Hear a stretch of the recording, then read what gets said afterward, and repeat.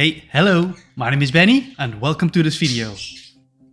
Today I'm gonna talk about VR, so a different kind of video this time, but I thought, why didn't I do this earlier?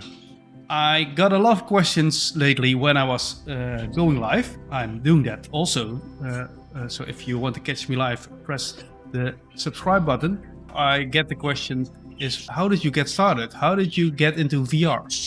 And I was thinking, I never told you in a video why do I like VR drawing? So it was time to make this video. Just me rambling about VR, rambling about my story. To get started, we need to start with me as a kid. That's when the love of drawing started for me.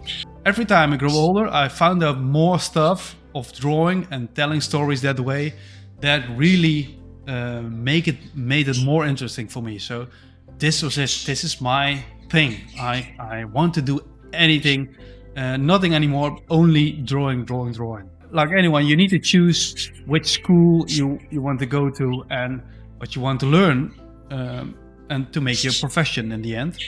And that's when I found out that I'm not that special with drawings, and that you need to be very, very good as an artist to make money with it.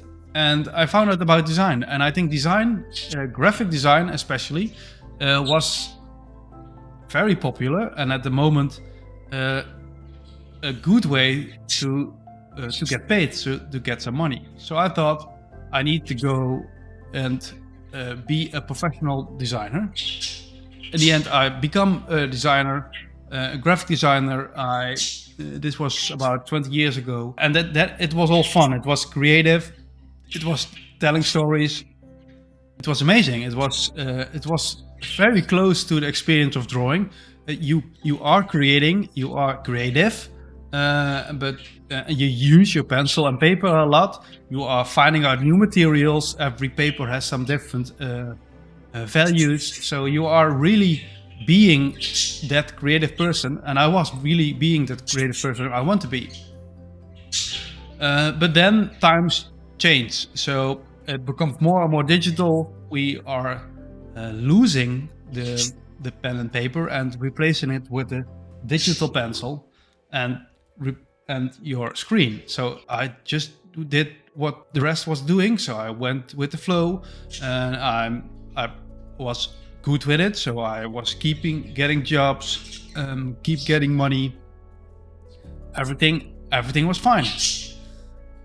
But in the end, I was losing some fun doing it. Maybe I was tired doing it, being a designer. But in the end, that wasn't the problem.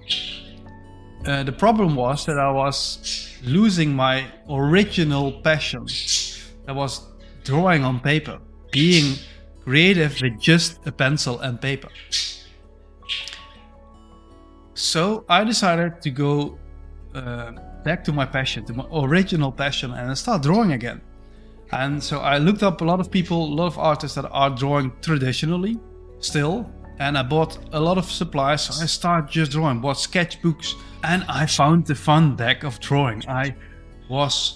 That was my passion. The passion wasn't making images, but in the end it was the way I created it, the real art of creating by hand with a pencil and paper. We lost that with the digital, because if you creating digitally, you are creating with a tool like Photoshop, for instance. You are using the tool to be creative, to be an extension of your creativity. That's a different experience than when you have a blank piece of paper and just a pencil. You don't have a quick plugin to add an effect to it. You really need to think about it, and you really need to deliver when you are drawing it yourself. It's a different experience. And it's not that I don't like the digital experience.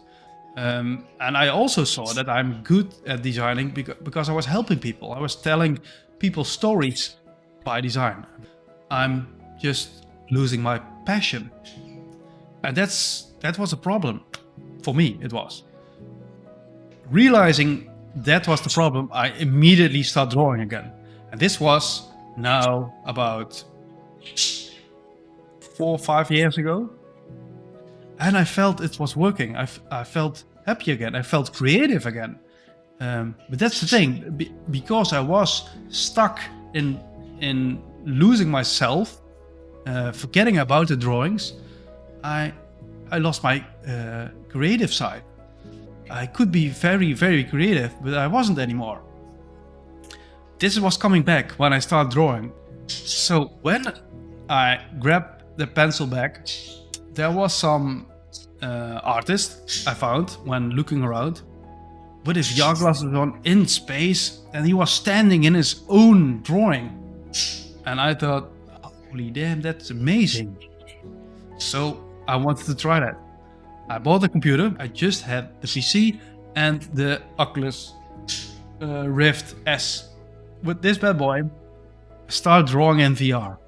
And oh man, this was my next level of experience. I fell in love with VR drawing. So I started using the tools like Quill, tried every painting tool there was, because some tools are already killed. Quill that was the tool for me, and I was finding out for a way how I can use the tool of VR, but without losing the traditional skills. So I want to use my traditional skill set in a 3D space. And when doing that, I came across some storyboard artists telling stories with traditional drawings. These days they are digital, but they are using the basics. They're not using the filters because they don't need to. They need to provide the story, and they don't need to make a cool image. They are just sketches. I really love that style. So I started doing that in VR. I tried to make storyboards. But the big advantage of VR is that you can make a 3D scene, and you are the camera. So you can place the camera everywhere you want. And that's a big advantage when you are a storyboard artist. So I was very interested in playing with that. It was beside my main job. It is still a hobby as it is today. But it was so cool playing with it and finding out that the traditional techniques I learned, and I still need to learn, can be used in a VR environment, and they make the difference. If you are good at drawing, you are good in the VR environment. So you are better at telling stories over there. With tools like Quill, I created some more, and I wanted to share it with people. And when I found out when I was telling about it, nobody really gets why it's so cool to draw in VR. So I decided to make videos about it, and that's when I started my YouTube channel. Past month, I started sharing my process also with live streams, and doing that, I was hoping to get an audience and maybe in the end a community where we create together in VR.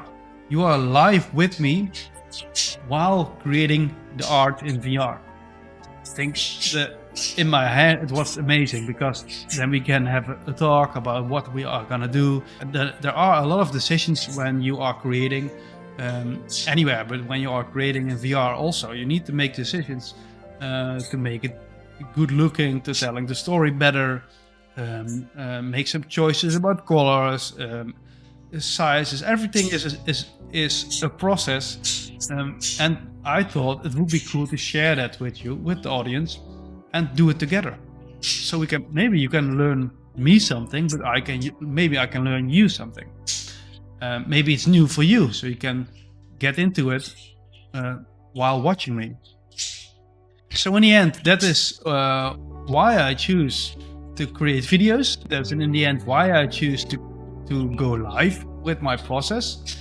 But yeah, that's why we are here. And the future plans are maybe you like this kind of video, me talking about VR. This is now my story, but maybe you are interested in more information videos. So this is the reason why I'm at the moment doing what I'm doing. Maybe you like this kind of content. Let me know where we want to talk about. You can leave it in the comments. You can also catch me in a live stream and talk about it there. Let me know. Yeah, that was it. Thank you for watching. Leave a like and subscribe to my channel if you want to support me. And I see you in the next one. Bye bye.